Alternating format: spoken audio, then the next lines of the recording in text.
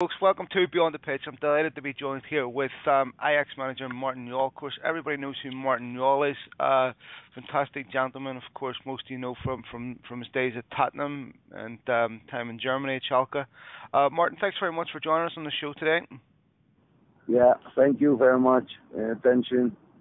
Martin, you've come out of a difficult period. You had a victory this weekend against VVV Venlo. Is that the beginning of a new start for Ajax? You turn a corner this weekend? Yeah, the thing is, we had a problem with Luis Suarez. Maybe you know it, maybe you don't. But he's got a suspension for 7 games, and he's our important player. So yeah, we have to try something up front, because Mido, he was on the bench all the time, and he wasn't really fit. But now we start with Mido, and our other striker, he's probably originally second striker, Munir El Hamdoui, play in the hole behind him. So hopefully they can make the difference now. And that was probably our problem. Last year I had Pantelic, Suarez, Romedal, and that was the balance was good. And then Romedal left to Olympiacos and Pantelic left. And we ended up with no number 9 and no right winger. And as you know, it's always a problem in Ajax if you don't have a wing player. Because all the chances in football, they say over here, are created on the flanks, and that is possibly right as well. Martin, Luis Suarez, of course, everybody knows who he is. Had an exceptional World Cup. That is a heavy suspension for a player, and I know, okay, he bit a guy, which was a bit unusual. Did you think that was a fair suspension? It was fierce because there was one example in the past, and he got 4 games. So 7 games is a bit heavy. Mm-hmm. If you see that game, he was provoked probably 3 or 4 times. But you can't bite somebody, And I said it's a love bite because it was before the suspension. So I had to protect my player. I had the same at Tottenham with Jermaine Defoe. He did the same, and everybody was laughing about it. But in Holland, they are not as humorous as in England, so we got a problem. Martin, to continue on this the Uruguayan theme, you got a player last January named Nicolas Lodeiro. He got hurt in the World Cup. I believe in October, his foot injury extended him as far as the period of time he's going to be out, probably another 3 months. Do you think, Luis Suarez, obviously maybe a bit of a World Cup hangover, had some difficulties, had a problem with the right wing. Do you also believe that maybe not having Nicolas Lodeiro to integrate into the squad early on has had an impact on Ajax so far this season? The thing is, Nicolas Lodeiro is a very big talent, and as you know, Suarez recommended him to us, and we wanted Luis to stay, and we lacked a bit of a number 10, a playmaker like Wesley Sneijder or Rafael van der Vaart. But he had a terrible injury, and he broke his foot again a couple of weeks ago. All these players who were playing in the World Cup, we had 5 in the final, so that was a bit much, and they had only 5 days.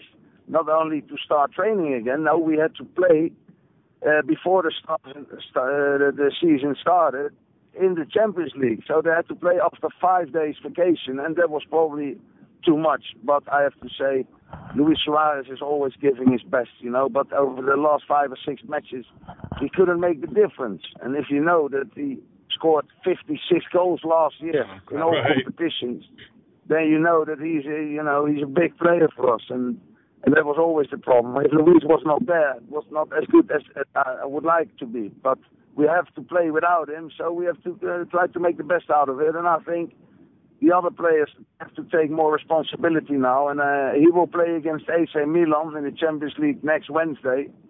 And then I send him home because he's probably overworked a bit and he looks tired, so he got an early vacation.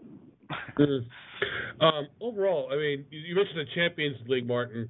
You get that draw. You get Real Madrid, and of course you get AC Milan in the same group. I know some people look at it and go, third place, realistically, was that, if Ajax gets a little bit of lucky, maybe gets a couple results on the bounce, you're talking Real Madrid and AC Milan that are just we're talking massive squads, but with much more depth than, quite frankly, than Ajax has at this point. You must feel pretty good, at least in terms of the performance that the team has shown in Europe thus far this year.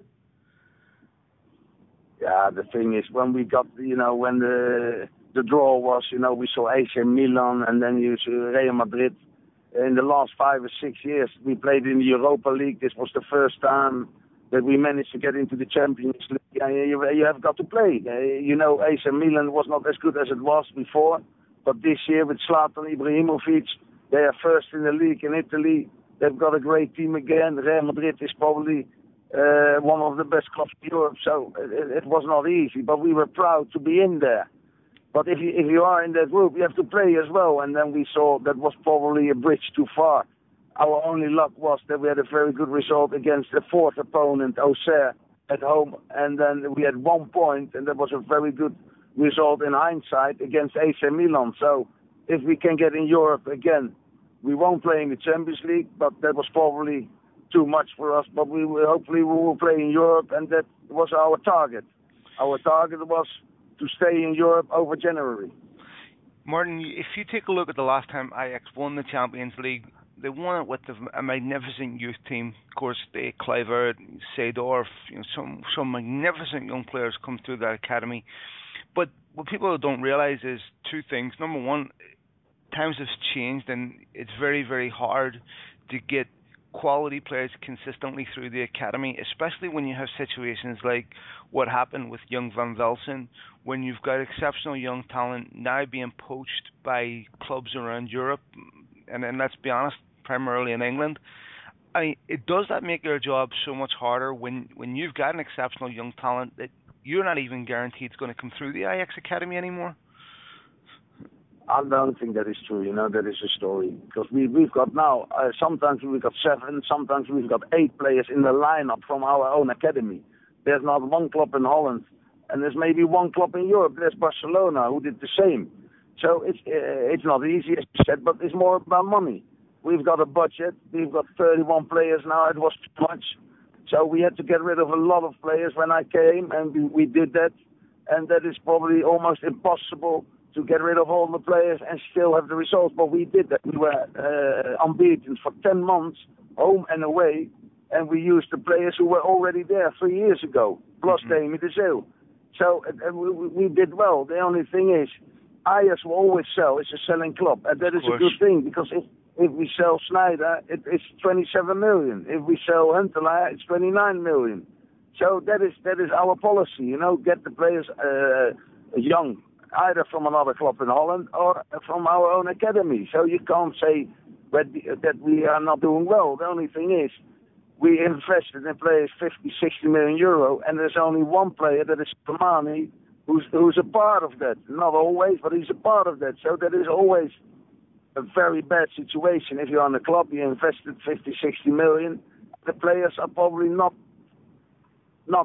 as good as you would like to be, or not specific enough. So, and that is the situation. But I'm sure in 1 year time, there's a big loss. But in 1 year time, with the Champions League, we will break even. And then Ajax will be the biggest club again, because we can buy the better players, the younger players in Holland, not abroad, because that is impossible. And you will see that we've got talents like Eriksen. We've got talents like Van der Wiel. I think Stekelenburg proved at the World Championship that he was one of the best. So we still got a lot of players on the pitch who've got a big value, So we will always do the same. The only thing is, we had a big loss this year and last year, because we invested too much money over the last couple of years. So we are sure, and I'm sure, that if we break even, we can start again, and we will have all these talented players, because I've got 2 or 3 players from the academy knocking on the door again. So Ajax is Ajax. We've got the best academy in Holland. I mean, Martin, I just, in case the question was misunderstood, I have the talent that Ajax have in that first team squad is absolutely exceptional. The point that I was trying to make, and maybe you did answer it, was, do you find it difficult with clubs trying to poach your talent, trying to steal Ajax talent before it gets to the first team, such as what happened with Van Velsen? Yeah, but you came up with a young boy, and we have to wait and see, if he's good enough to probably get to the first team where he went to. Because normally spoken, we've got the players on the contract. If you see, we've got players like Denswil, we've got Lukoki, we've got players like Abicilio, big talents, and they're on the contract. So